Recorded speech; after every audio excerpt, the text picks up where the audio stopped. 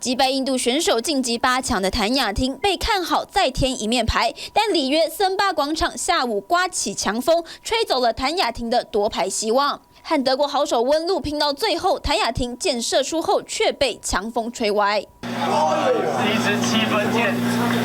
全家人都好紧张，凌晨守在电视机前集气，但最后一支箭，谭雅婷得到7分，对手射出9分，让她止步8强。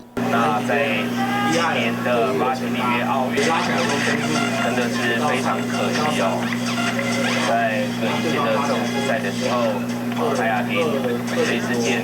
好运气被强风吹坏，家人难掩失落，父母更是不舍得红了眼眶。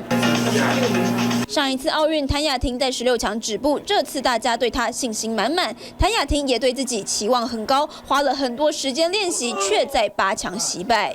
妹妹尽力了就好了哈，比完赛了，放轻松哈。